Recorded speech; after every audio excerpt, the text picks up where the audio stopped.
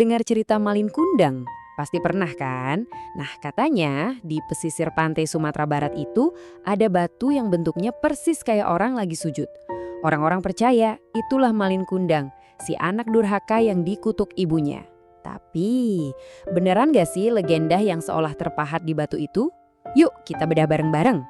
Oke, kita mulai dari bagian pertama. Kutukan seorang ibu. Ini cerita yang awalnya ya penuh cinta, tapi ujung-ujungnya jadi sebuah pengkhianatan yang paling nyesek, yang paling sakit. Bayangin aja, seorang anak lupa sama ibunya sendiri. Coba deh bayangin gimana hancurnya perasaan seorang ibu. Udah nunggu lama banget, anak yang dikangenin pulang malah nggak diakuin. Dari hati yang udah remuk redam itulah keluar kata-kata kutukan, yang akhirnya mengubah Malin Kundang jadi batu selamanya. Nah, ini dia perjalanan hidupnya. Kisah Malin Kundang ini intinya soal janji yang dilupakan.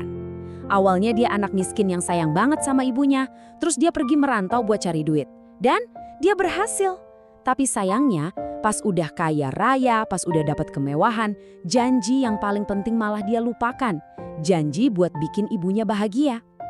Jadi pesan moralnya itu jelas banget. Jangan pernah sekali-kali durhaka sama orang tua.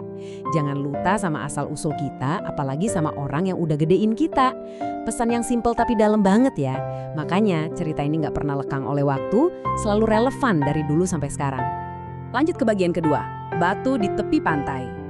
Nah, yang bikin legenda ini kerasa nyata banget itu apa sih? Ya karena konon buktinya itu ada. Bisa kita lihat langsung. Katanya sih ada di pantai air manis, seolah nungguin kita buat datang dan lihat sendiri. Dan bener aja, tiap tahun ribuan orang tuh datang ke pantai air manis. Tapi mereka ke sana bukan cuma buat main-main di pantai loh, mereka punya tujuan lain. Mereka mau cari satu hal, bukti nyata dari sebuah kutukan yang melegenda itu. Dan pas sampai di sana, ya itu dia. Ada sosok batu yang membeku dalam posisi sujud, seolah-olah lagi minta ampun. Terus di sekelilingnya ada batu-batu lain yang mirip banget sama pecahan kapal. Wah, semuanya jadi kerasa pas banget sama ceritanya kan? Nah, ini nih yang jadi pertanyaan besarnya. Apa kita bener-bener lagi lihat bukti fisik dari kutukan ratusan tahun lalu? Atau jangan-jangan ada cerita lain di balik batu ini? Oke, sekarang kita masuk bagian ketiga. Mitos bertemu realita. Disinilah kita bakal coba pisahin mana yang cuma cerita dan mana yang beneran fakta. Dan ini dia faktanya. Batu Malin Kundang itu ternyata bukan peninggalan kutukan kuno. Asal-usulnya jauh lebih modern dan sama sekali nggak ada hubungannya sama sihir. Faktanya, batu ini itu sebuah patung. Patung yang sengaja dibuat di tahun 1980-an oleh dua seniman namanya Dasril Bairas dan Iben Zani Usman. Jadi ya umurnya aja belum ada 50 tahun. Jadi ini tuh sebenarnya proyek pariwisata yang pinter banget. Mereka ngasih wujud fisik ke sebuah legenda yang emang udah kuat banget di masyarakat. Hasilnya keren. Pesan moralnya jadi makin kerasa nyata dan Padang jadi punya ikon wisata yang nggak bakal dilupain orang. Oke, jadi kalau batunya itu baru, kenapa ceritanya yang udah lama banget itu masih punya kekuatan yang begitu besar? Apalagi buat orang Minangkabau. Apa sih yang bikin cerita ini begitu nempel? Nah, jawabannya ada di satu konsep budaya yang penting banget buat orang Minang, yaitu merantau. Karena pada dasarnya, Malin Kundang itu ya seorang perantau. Tujuan merantau itu bukan buat pergi terus lupa sama kampung halaman loh, justru sebaliknya. Tujuannya itu cari ilmu, cari sukses, terus pulang buat bangun kampungnya. Nah, si Malin ini berhasil di dua langkah pertama, tapi gagal total di langkah terakhir yang justru paling penting. Bisa dibilang, kisah Malin Kundang ini semacam peringatan keras soal bahaya gegar budaya atau culture shock. Dia itu jadi simbol perantau yang silau sama dunia baru sampai lupa sama nilai-nilai luhur dari tempat asalnya. Dan inilah ketakutan terbesarnya budaya merantau. Anak yang dikirim pergi buat sukses, malah lupa jalan pulang.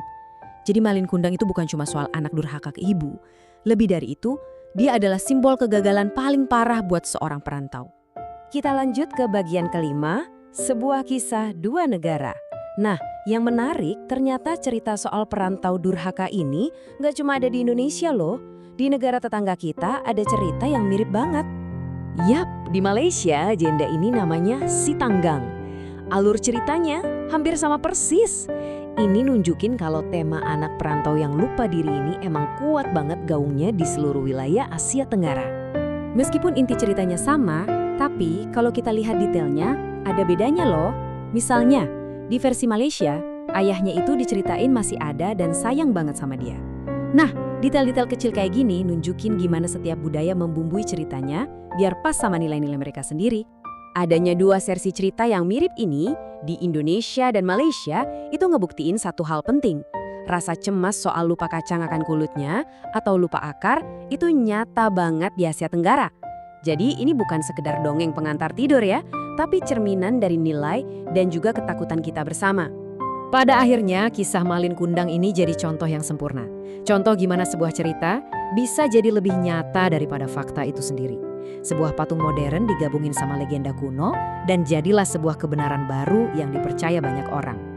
Ini jadi bikin kita mikir ya, seberapa sering sih dalam hidup kita, cerita yang kita pilih untuk dipercaya justru jadi lebih kuat daripada kenyataan yang ada.